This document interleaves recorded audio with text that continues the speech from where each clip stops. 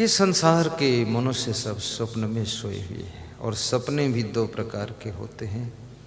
एक तो सोते समय सपना आता है, जिस समय तुम गहरी नींद में नहीं होते हो, उथली नींद में होते हो, तब सपना आता है। और कितने लोगों को तो बहुत अधिक सपने आते हैं। सपनों से भी लोग तंग हैं और अपनों से भी तंग हैं।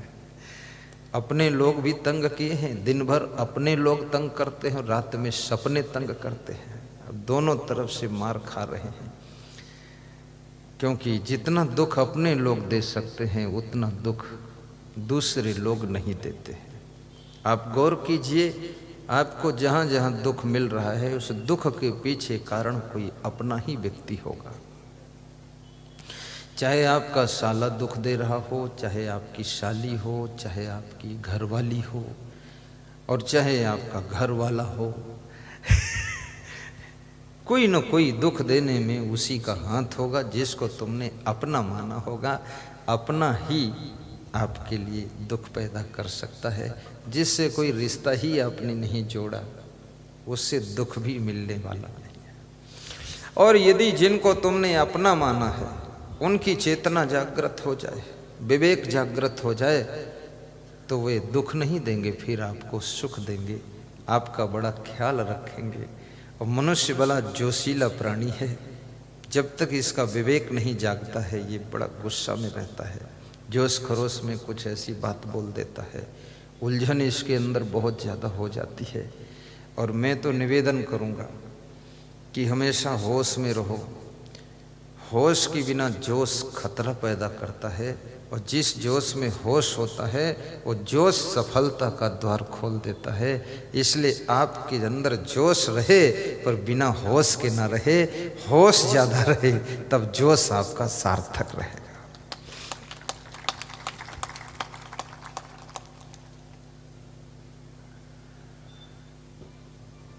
ध्यायतो विषयान पुंसा संगतेषु पजायते, संगात संजायते कामा कामात क्रोधो विजायते।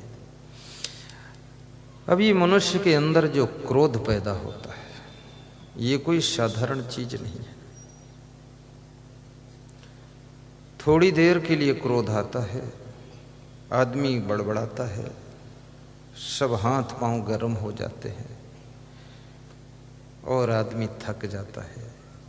और उस 5 मिनट के क्रोध में, 10 मिनट के क्रोध में तुम जो शब्द बोल जाते हो, उन शब्दों का प्रभाव तुम्हारी जिंदगी भर तुम्हारे भविष्य को बिगाड़ता रहता है, तुम्हारे भाग्य को बिगाड़ता रहता है, तुमको डिस्टर्ब करता रहता है। क्योंकि बंदूक से निकली गोली और मुख से निकली बोली, धनुष से छूटा बाण और मुख से छूटी बाणी, इस पर किसी का अधिकार नहीं रह जाता है। ये जहाँ तक पहुँचते हैं वहाँ तक ये घायल ही कर देते हैं। इसलिए थोड़ा संभल कर ही बोलना भी चाहिए। मौन रह लीजिए तो बुरा नहीं है। पिताजी के लिए कुछ बोलने के क्षण आ जाए तो उस समय थोड़ा मौन हो जाए, क्योंकि पिता का मन भी बड़ा कोमल होता है। पूरे गांव के लोग तुम्हारे पिताजी को कुछ भी कठोर बोल दें वो सह सकते हैं, लेकिन जब उनका खुद का बेटा कुछ कठोर बोलता है तो आपके पिताजी घायल हो जाते हैं। इसलिए क्योंकि जो पिता है उसको पता है और जो माता है उसको भी पता है। क्या पता है? जो तुमको नहीं पता है वो उनको पता है। तो क्या ऐसा है जो तुमको पता नहीं उनको पता है? वो ऐसा है, जब तुम पैदा नहीं हुए थे तुम्हारी आस में वे बहुत मन्नत कर रहे थे कोई बेटा हो जाए। सब देवी देवताओं से मांग रहे थे, साधु संत से भी मांगते थे कि 8 साल हो गए शादी हुई, कोई चूहिया भी नहीं पैदा हुई, कुछ आप कृपा करो। मेरे से लोग बहुत से आ जाते हैं आशीर्वाद लेने की, आप ही कुछ करो। मैंने कहा यहाँ तो पहली बात ये गलत काउंटर पर आ गए आप क्योंकि यहाँ तो पूरा खेल खत्म। हम ब्रह्मचारी आदमी, हम तो शादी के लिए लोग कोई कोई आशीर्वाद मांगते हैं कि शादी का आशीर्वाद दे दो, तो मन मन में मुस्कुराता हूँ, कृष्ण भगवान से ये आशीर्वाद मांगो तो काम जल्दी हो सकता है। क्योंकि उन्होंने खुद ही 16,108 रानियां रखी थी। तो तुमको भी कुछ न कुछ तो तरकीब बता ही देंगे, तो ये कर तो हो जाएगा। और मैं तो ब्रह्मचारी आदमी, हनुमान जी से तुम मांगो शादी का आशीर्वाद, तो हनुमान जी तो लंगोटधारी है, वो क्या आशीर्वाद देगा शादी।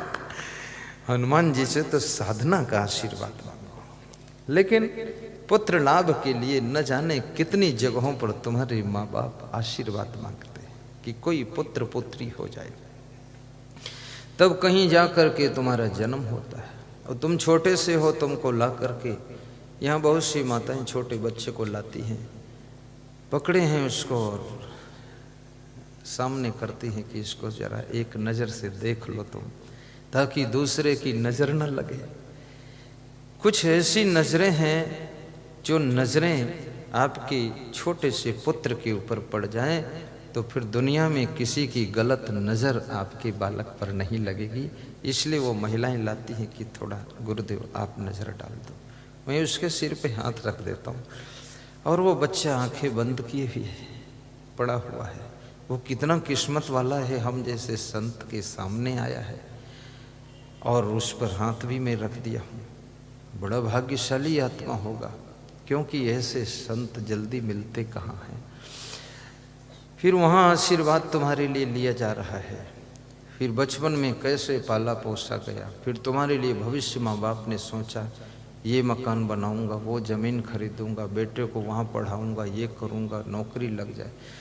सब कुछ करने के बाद माता पिता ने अच्छा खाया नहीं, अच्छा पहना नहीं कपड़ा, और तुम्हारे लिए सब किया, और तुम जवान हो गए, बड़े हो गए, कुछ करने लायक हो गए, तो आंख गुरेर कर जब तुम अपने माता पिता को कुछ कठोर बोलते हो तो इससे ज़्यादा चोट लगती है। इतनी चोट और किसी जगह नहीं लगती है। इसलिए उनसे कृपया इस तरह कभी मत बोलो। जब माता पिता के लिए कुछ बोलने की बात आ जाए तो वहाँ पर थोड़ा सा मौन साथ लेना कि बस ठीक, कोई बात नहीं, ये विषय यहाँ बोलने का नहीं है। वाणी पर नियंत्रण करना ही वाणी का तप है। विवेक न करना, चाहे जिसके लिए जो भी बोलते रहना, उटपटांग बात करते रहना।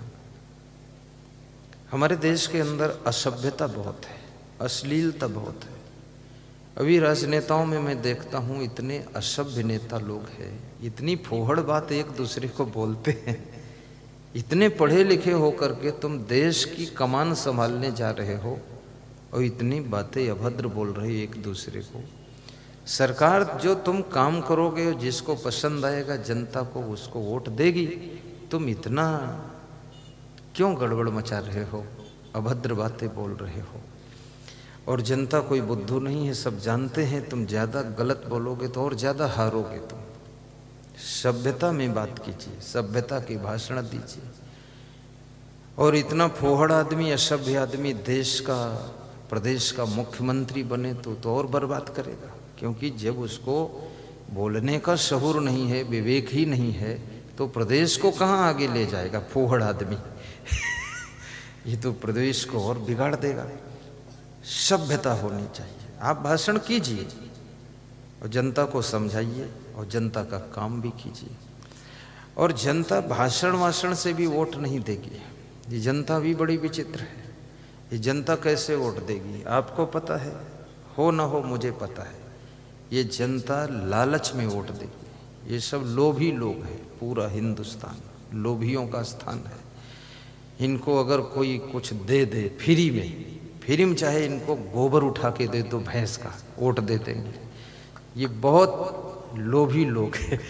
मैं तो सोच रहा था ये शासन चलाना भी कठिन है, प्रशासन चलाना भी कठिन है, और विचार ये आ रहा था कि चुनाव लड़ना जीतना बहुत कठिन है। अब जिसको इन लोभियों को कुछ लालच देना आ जाता है। मैंने छत्तीसगढ़ में देखा, जो इस चुनाव से पहले चुनाव हो रहा था, तो वहाँ एक पार्टी ने लिखा कि मेरी सरकार बनेगी तो गरीबों को 1 रुपया किलो चावल दूंगा। और जो वर्तमान में सरकार थी वो 2 रुपया किलो दे रही थी। तो दूसरे दिन होर्डिंग लगा दिया वर्तमान की सरकार ने कि अगर मेरी सरकार दोबारा तुम बनाओगे तो 50 पैसा किलो चावल दूंगा। हमने कहा अब क्या हुआ है? अब जब चावल फ्री बांटोगे, दाल फ्री बांटोगे, गेहूं फ्री बांटोगे, सब फ्री बांटोगे, तो आखिर तुम अपने कहाँ से पैसे लाओगे? ये सड़क उखड़ेगी, पुल पड़े रहेंगे टूटे फूटे, सड़कों में गड्ढे पड़े रहेंगे। आखिर ये सड़कों का बजट कम कर दोगे और इन चुट्टों को बजट बांट दोगे। ये आलसी निकम्मे लोग। और कितने लोग, भारत देश के लोगों के पास में स्वाभिमान नहीं है कि अगर हमको रोटी भी फ्री किसी की खानी पड़े तो इससे बड़ा धिक्कार हमारी जिंदगी को कुछ नहीं, कि हम 8 आना किलो चावल लेकर खा रहे हैं, फ्री में गेहूं ले रहे हैं, फ्री में तेल हो, फ्री में ये सब क्या कर रहे हो? कोढ़ी अपाहिज हो क्या? अरे एक वो मुकेश अंबानी है जिसने इतना कमाया कि आज कम से कम 50 लाख लोगों को सर्विस भी दिया है, पूरा बिजनेस फैला दिया। तुम क्या छोटी सी दुकान खोल करके इतना नहीं कमा सकते हो कि अपने परिवार के 4 सदस्यों का पेट पालन कर लो? ये फ्री फंड में और ये फ्री बांट बांट करके, और सब देश का विकास रुक जाता है। नहीं तो मैं दुबई गया था, हांगकांग गया, इंडोनेशिया गया, तो वहाँ मैं 20 लेन की रोड देखा। मैंने यहाँ कहीं तुमने 20 लेन की रोड देखा है भारत देश में? 4 लेन के बाद 4 लेन चालू है। 20 लेन का तो नामो निशान।